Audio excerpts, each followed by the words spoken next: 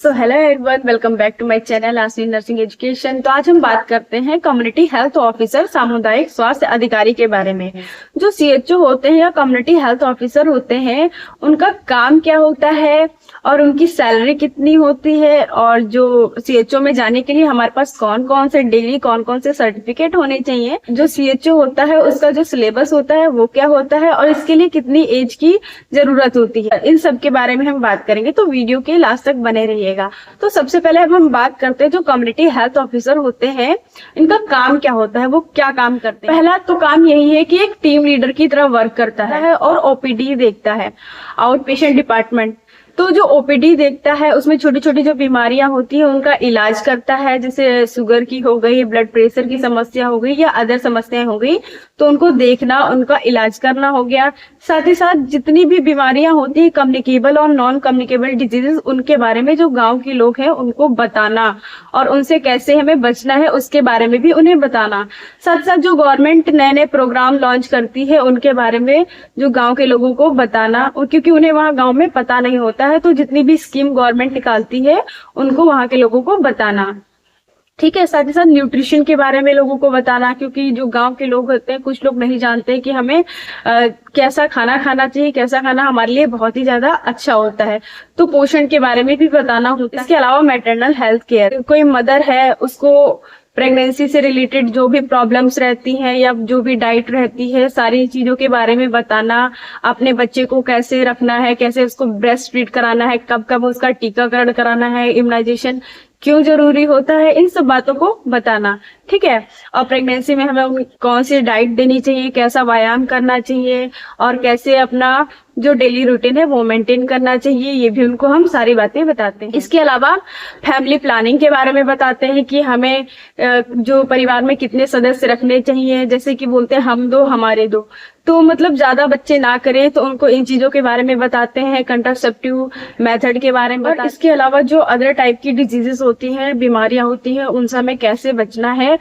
तो ये इनका काम हो गया। ठीक है। अब इसके बाद हम बात करते हैं जो का प्रधानमंत्री आयुष्मान भारत योजना से निकला है।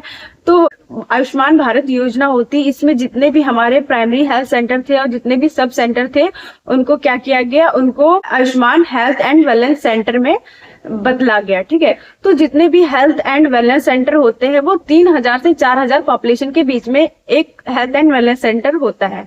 ठीक है। कहने का मतलब ये है जहाँ पे 3000 से 4000 पॉपुलेशन होगी वहां पे एक हेल्थ एंड वेलनेस सेंटर होता है। अब हम बात करते हैं जो कम्युनिटी हेल्थ ऑफिसर होती है उनकी सैलरी पैकेज क्या होता है। तो अलग अलग राज्यों में अलग अलग इनका सैलरी पैकेज होता है। ठीक है। तो अभी जो इनकी सैलरी होती है वो 2 बेसिस पे आती है, एक तो बेसिक आती है, एक तो इंसेंटिव्स आती है। ठीक है। जो 6 मंथ बाद इनकी जो बेसिक सैलरी होती है वो होती है 25,000, और इसके अलावा इंसेंटिव्स होते हैं।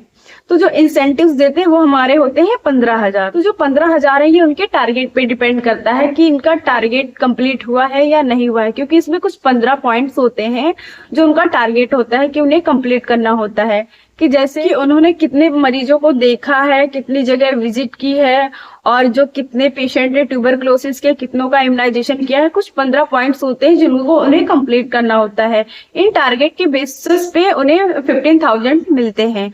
ठीक है। तो अगर वो टारगेट प्रॉपर कंप्लीट नहीं कर पाती हैं, कुछ पॉइंट्स रह जाते हैं, तो उसके आधार पर उनका जो इंसेंटिव हो वो आता है।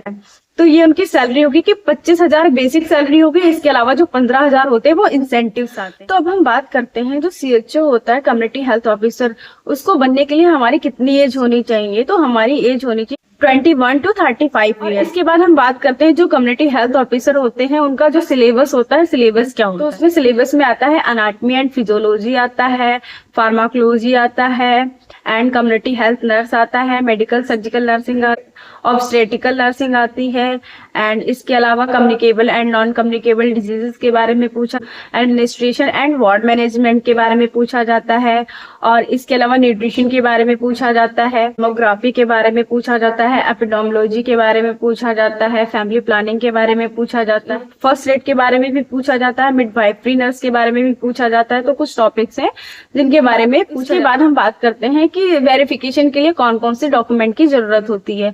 तो हमारे पास 10th एंड 12th की मार्कशीट की जरूरत होती है, और साथ ही साथ अगर आपने जो बीएससी नर्सिंग की है उसका सर्टिफिकेट, पोस्ट बीएससी नर्सिंग है उसका सर्टिफिकेट चाहिए, और सीसीएचएन का सर्टिफिकेट चाहिए, और आधार कार्ड चाहिए, एंड जो एडमिट कार्ड होता है वो, और फोटोज की जरूरत पड़ती है। इसके बाद आपकी जो ट्रेनिंग होती है 6 मंथ तक ट्रेनिंग होती है, उसके बाद आपकी ज्वाइनिंग होती है। तो ये हमारा था सीएचओ के बारे में। अगर किसी को कोई डाउट है तो आप कमेंट बॉक्स में पूछ सकते हैं। Thank you.